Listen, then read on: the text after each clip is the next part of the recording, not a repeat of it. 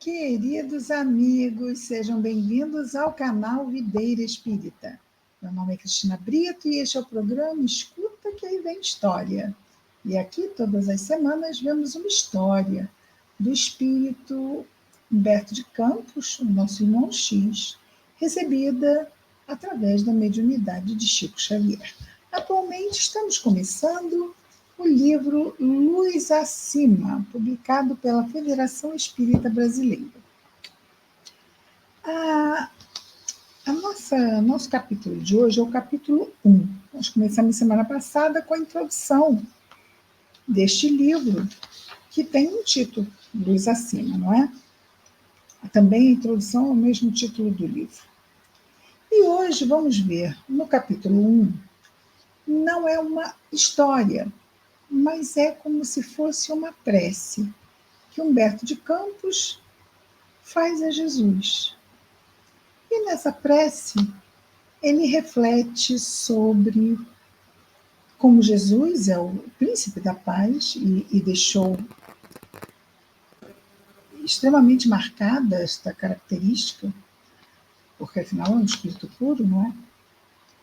E como a sua figura é desvirtuada pelos interesses dos que querem ser poderosos neste mundo,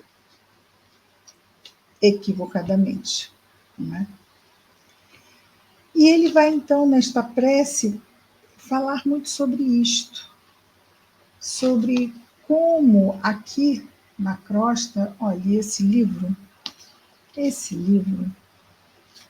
ele foi lançado no ano de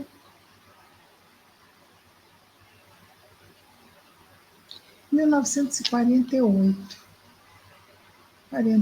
76 anos. 76 anos. E, no entanto, que nós vemos? Parece que não mudou muita coisa, não é? 48, logo depois da Segunda Guerra Mundial, o mundo estava se redefinindo nos seus espaços de poder, não é? Havia terminado uma guerra, quem perdeu, perdeu poder. Quem ganhou, ganhou poder. E hoje nós vemos também uma grande luta por poder na Terra, marcada por guerras e não só países, as pessoas, não é? Estamos como se estivéssemos sempre em lados opostos, em exércitos opostos. E isso tudo é muito, muito anticristão.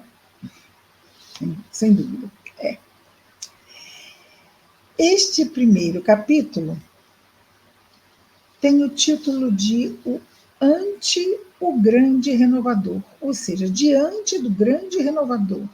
Esse grande renovador é Jesus, que veio renovar o mundo com a mensagem do Evangelho, que é o maior código de moralidade que já chegou até nós aqui na humanidade terrestre. Então vamos ouvir esta prece, desabafo, reflexão do nosso querido irmão X, Humberto de Campos. Ante o grande renovador.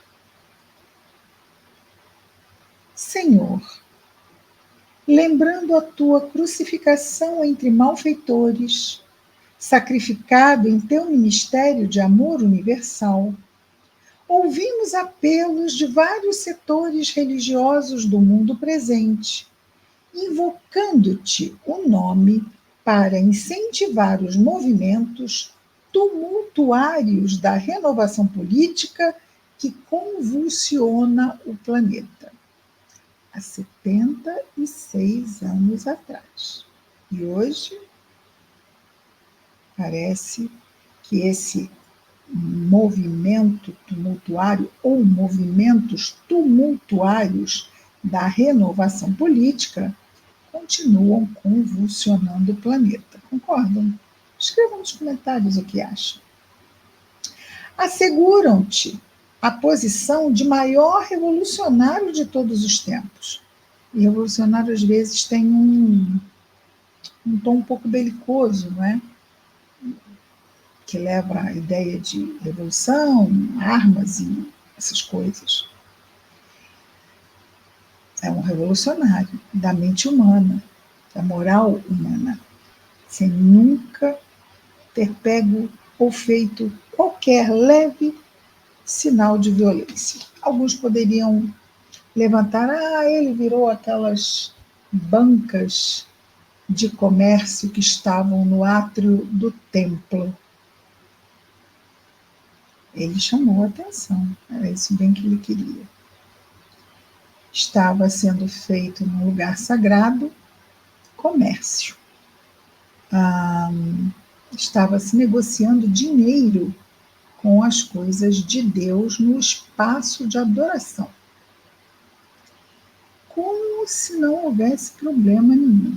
Então, às vezes, chegamos a um nível de sem noção que o despertador tem que tocar mais alto. Não vamos esquecer que o que aconteceu não foi narrado por Jesus, foi narrado por quem viu e interpretou o que viu. Quando às vezes vemos alguém muito sereno tomar uma atitude mais contundente, como será que é coisa descrita? Talvez como foi.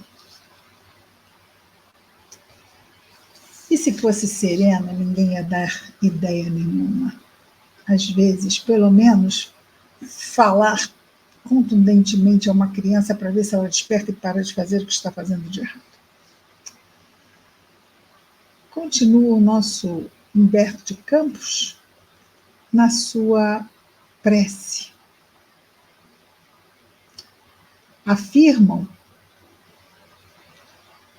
aqueles do tempo onde foi escrito este livro, e como já vimos, parece que as coisas continuam as mesmas, afirmam que abalaste os fundamentos sociais da ordem humana, que alteraste o curso da civilização, que transformaste os povos da terra. Quem te negará, Senhor, a condição de embaixador celeste? Quem desconhecerá teu apostolado de redenção? Entretanto, divulgando a mensagem da Boa Nova, jamais insultaste o governo estabelecido. Jamais. Nem o judaico, nem o romano. Amigo de todos os sofredores e necessitados, falando aqui a Jesus, nunca congregaste, reuniste os infelizes em sinistras aventuras de ódio ou indisciplina. Aproximavas-te dos desamparados, curando-lhes as enfermidades, ensinando-lhes o caminho do bem, estendendo-lhes mãos benfeitoras e operosas. Dirigindo-te à massa anônima e desditosa, ou seja, infeliz, em nome do Eterno Pai, não falaste de movimentos armados de desrespeito às autoridades legalmente constituídas, de jeito algum. Ao invés do incitamento à revolta, recomendavas que a lei de Moisés fosse respeitada, que os sacerdotes dignos fossem honrados, asseverando que o reino de Deus não surgiria com aparências exteriores, e sim com a elevação espiritual do homem de qualquer raça ou nacionalidade, sinceramente interessado em aproveitar os dons divinos. Sim, então não tem a ver com aspectos exteriores. Não interessa raça, cor, credo. Não. O que interessa é se está, vamos dizer assim, se está realmente trabalhando a sua elevação, conquistando o reino de Deus dentro de si mesmo. E continua o nosso irmão X. expondo princípios superiores ao coração popular. Continua falando com Jesus. Não disputaste lugar de destaque junto ao romano dominador, a pretexto de patrocinar a liberdade, ou seja, vou lá me aproximar para ver se eles liberam o povo, libertam o povo judeu. Não houve nada disso. E sim, aconselhaste ao povo o acatamento a César, com a obrigação de pagar o tributo que se lhe devia. Dê a César, né, foi aquela... Devemos, Senhor, perguntou o homem do templo. Devemos pagar tributo a César? Nas tentativas de pegar Jesus, aquelas pegadinhas. Aí ele diz, tragam cá uma moeda. E levaram. De quem é a efígie que está gravada na moeda? Ou seja, aquela cara. É de César. Então, dai a César o que é de César. Se a moeda está cunhada com a face de César, é justo que ele receba o tributo, o imposto. Dai a César o que é de César. Dai a Deus o que é de Deus. Erguendo novas colunas no templo da fé viva, conclamando mãos limpas e corações puros ao serviço do céu, não desprezaste a legião dos pecadores e criminosos que se abeiravam de ti, sedentos de transformação para a tarefa bendita. Não falastes a eles de uma tribuna dourada. Imagina, Jesus falava em qualquer lugar. Parava, a multidão cercava e ele então pregava o evangelho e curava, não é? Era assim que Jesus ia pregando, atraindo também o povo através das curas. Não falastes a ele de uma tribuna dourada, acentuando fronteiras de separação, ou seja, eu estou aqui em cima e vocês estão aí embaixo. Sempre no nível do povo. Muitas vezes, colocando-se num barco e se afastando para que quem estivesse na terra pudesse vê-lo melhor. Por quê? Porque se fica todo mundo em volta dele, quem está atrás não vê nada. Às vezes ele ia para um lugar um pouquinho mais alto, simplesmente para poder ser melhor visto, porque eram multidões que cercavam Jesus. E continua o nosso irmão X, comungaste com todos no caminho da vida, a pleno chão. É isso. Buscava se destacar. Buscava ser bem percebido. Abraçando leprosos e delinquentes, avarentos e rixosos, ou seja, aqueles que buscam rixas com outros, contendas, homens e mulheres desventurados, infelizes. Não impunhas, no entanto, qualquer compromisso que envolvesse a administração dos interesses públicos, nem traçavas, com astutas palavras, qualquer insinuação ou desespero. Pedias tão somente renovassem o coração para que a luz do reino de Deus lhes penetrasse as profundidades do ser. Sustentando o sublime ideal de obediência a Deus, que Jesus sempre fala, o meu alimento é fazer eu a vontade de meu Pai, disse Jesus. Lindo, não é?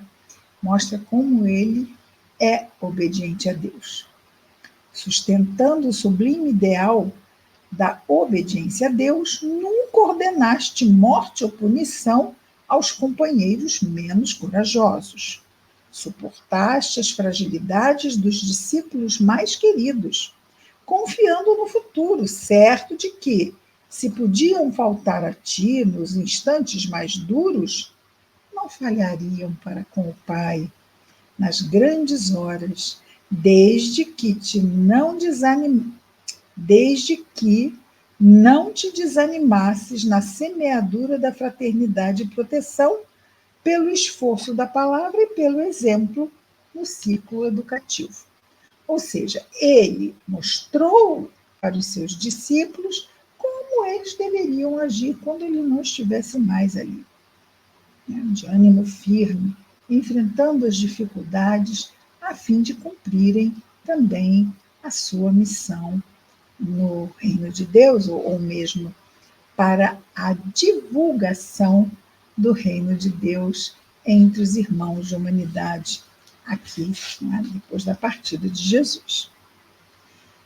E Humberto de Campos diz assim: se confiavas num mundo vasto, onde reinaria a solidariedade nas relações humanas, jamais tentaste apressar diretrizes absolutas pelo império da força.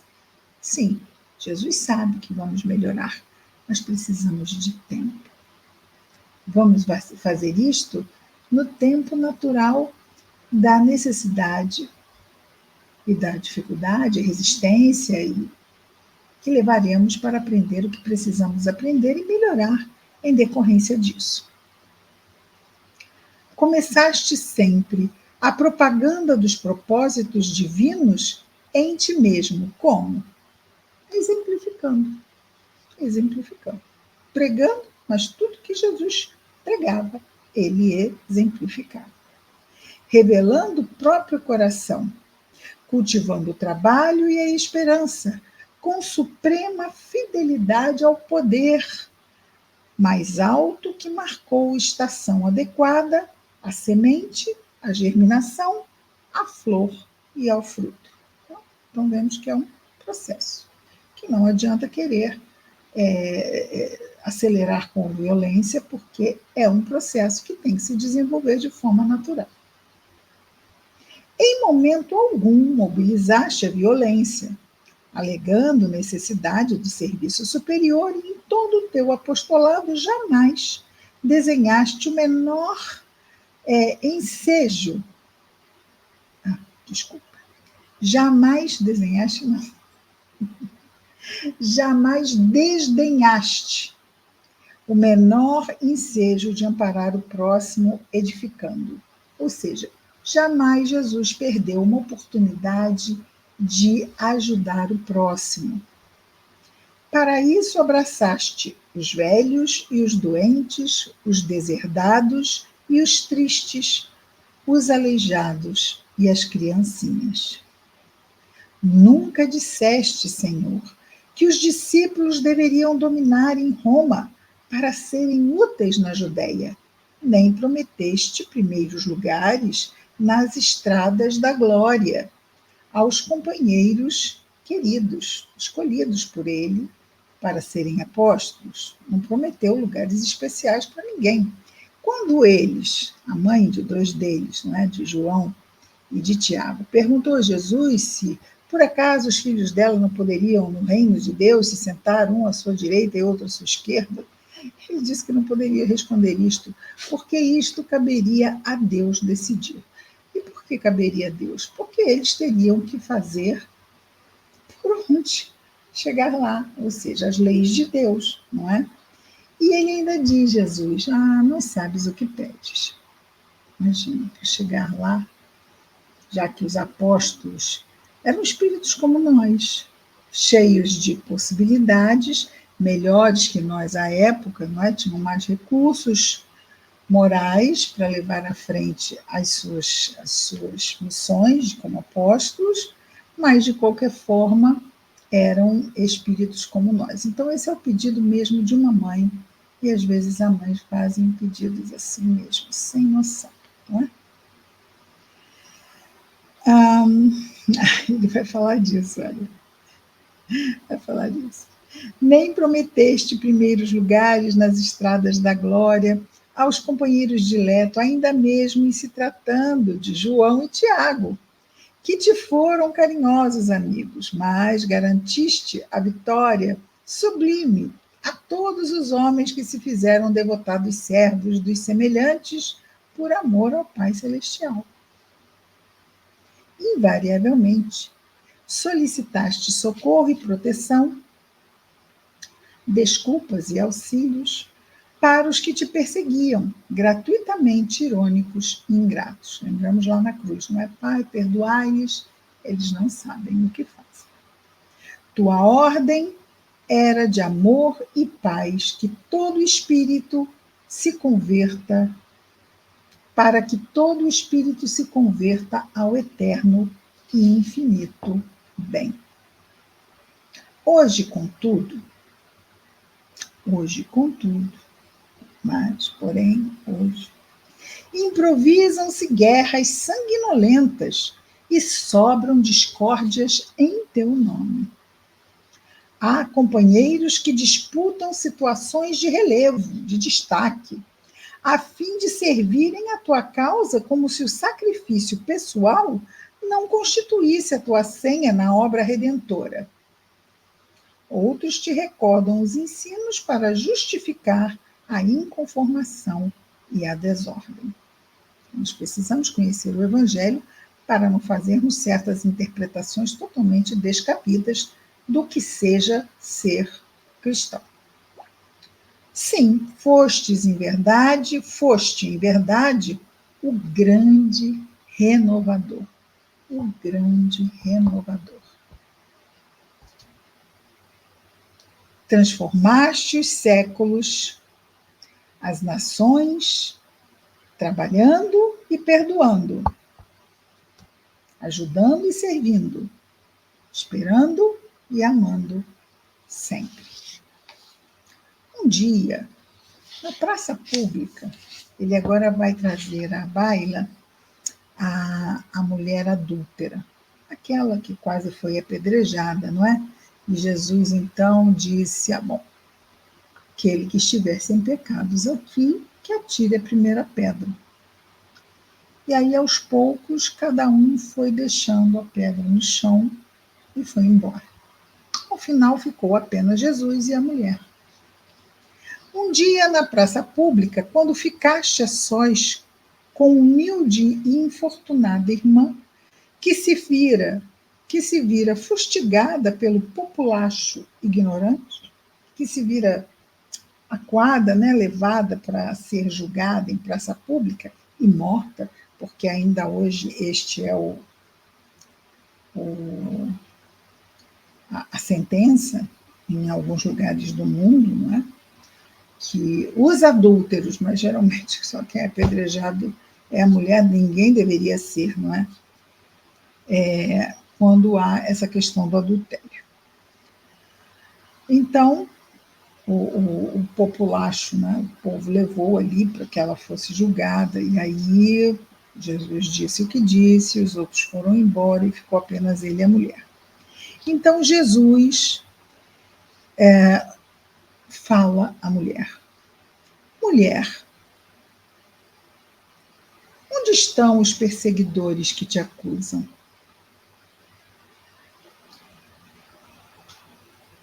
E aqui ele vai nos levar a uma conclusão muito, eu considerei muito profunda, que ele diz assim: hoje, mestre, lamentando embora o tempo que também perdi na terra, iludido e envenenado quanto aos outros homens, lembrando-te ainda na cruz afrontosa, sozinho em tua exemplificação de amor e renúncia, abnegação e martírio, ouso interrogar-te com as lágrimas de meu profundo arrependimento: Senhor, onde estão os renovadores que te acompanham? Quando ele cita a mulher, não é? Hoje, nós vemos que muitas pessoas estão muito alteradas. O julgamento está sempre na ponta do dedo, porque hoje julgamentos acontecem em redes sociais e existe uma grande agressividade perpassando muitas situações, muitas, parece que tudo que é falado tem que ser julgado e tem que ser, se for condenado, condenado, e é tudo muito intenso e triste, não é? E Jesus, então, e Humberto de Campos, então, nos leva a refletir e pergunta a Jesus: onde estão os renovadores que te acompanham? Nós somos os seguidores de Jesus. Cabe a nós também promover a renovação. Quando estiverem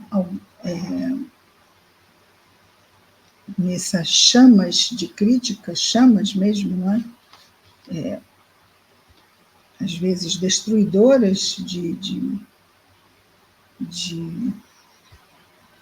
reputações, e por que tanta sanha, às vezes,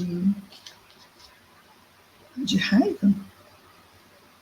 Vamos tentar, se não tivermos nada de bom para falar, se realmente acharmos que aquilo ali não vale, que não é bom de todo, saiamos. Para que vamos alimentar mais ainda o fogo, jogando gravetos? Se não pudermos dizer algo bom, não digamos nada. E saiamos pedindo a Deus que ilumine, que abençoe a todos os que estão envolvidos. E assim poderemos, aos poucos e pouco a pouco, é o que podemos fazer, não podemos fazer movimentos revolucionários de pacificação, assim, né? Como aqui foi falado no início, essa revolução moral, que é profunda, mas exige tempo, vamos começar fazendo em nós mesmos, essa grande transformação dentro de nós. E é claro que nós trazemos todas essas tendências naturais do ser humano.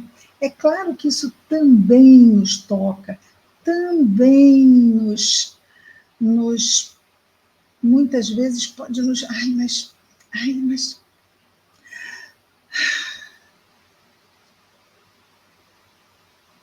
Vamos deixar passar, não vamos trazer mais contenda às contendas que já existem. Podemos pensar,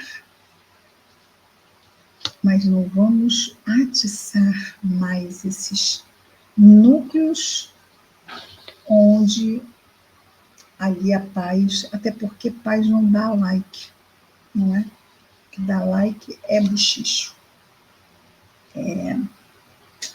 Se disse-me-disse, e fofoca, e essas coisas todas, e contendas, e confrontos, isso dá a like, dá visualização, nós sabemos que é assim que funciona.